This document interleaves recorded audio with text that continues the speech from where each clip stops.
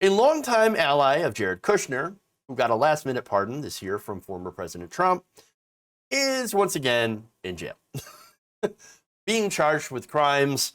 Now, the New York Daily News is reporting that former New York Observer editor-in-chief Ken Kurson has been hit with state charges related to the same cyberstalking scheme for which he had been granted a pardon by President Trump mere hours before the end of his term. He was charged last year in Brooklyn federal court with stalking and harassing 3 victims he blamed for his 2015 divorce. So, look, I understand divorce can be messy, but, you know, cyberstalking, that's not good. So now Kurson, here's what he did, allegedly wrote negative online reviews of some of his victims using aliases. Okay. Visited their place of work. Oh, now we're getting worse. He also took photographs of his 2 victims' workplaces and inquired about one's work schedule, creeping out coworkers, according to prosecutors.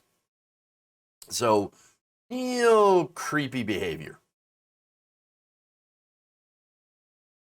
Now, Attorney Cy Vance, New York District Attorney, I should say, said this in a press release: "We will not accept presidential pardons as a get-out-of-jail-free card for the well-connected in New York." Now, hold on to that. As alleged in the complaint, Mr. Kurson launched a campaign of cybercrime, manipulation, and abuse from his perch at the New York Observer, and now the people of New York will hold him accountable.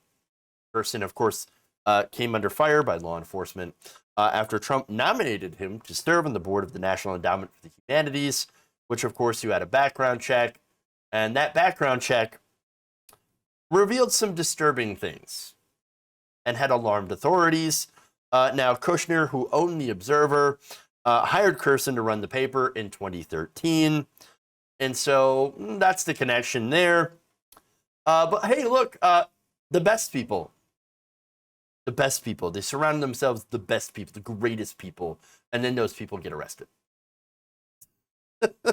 Would you believe it? Criminals hanging out with other criminals. It's almost like attracts like. Just saying. So now, what I think is interesting about this, and I'm going to kind of go off in a different direction on this one. This could be a message to the Trump family. This is my perspective on this. I mean, what do I mean? Well, okay, so the guy got a presidential pardon from Trump, but the state of New York decides, nah, we're going to go after him again on the same charges. So now, that also coincides with the same thing happening, of course, to the Trump Organization, which is also under investigation by Cy Vance. I do not think this is a coincidence that they happen to come after a Kushner ally and friend, as well as, of course, a friend of Giuliani. Giuliani, who has been disbarred by the state of New York, can no longer practice law there. They're all in trouble. So I think that this is the equivalent, legal equivalent of leaving a horse head in somebody's bed. I think you all get that reference. Basically, it's a warning to the Trump Organization. We're coming for you and all your little friends. As soon as we have the evidence, we're going to come for the Trump Organization. That's just my read of the situation. Again, Trump, Giuliani, and the rest, they're not able to avoid charges by the state of New York. Federal pardons do not apply to crimes perpetrated in individual states. Doesn't matter if you've been pardoned by the president. If you did a crime in a state, then, and it's a state crime, then yes, they can come after you for it. So, just saying. I could be wrong. I might not be wrong. I don't really know the situation. Based, the entire situation, I don't know.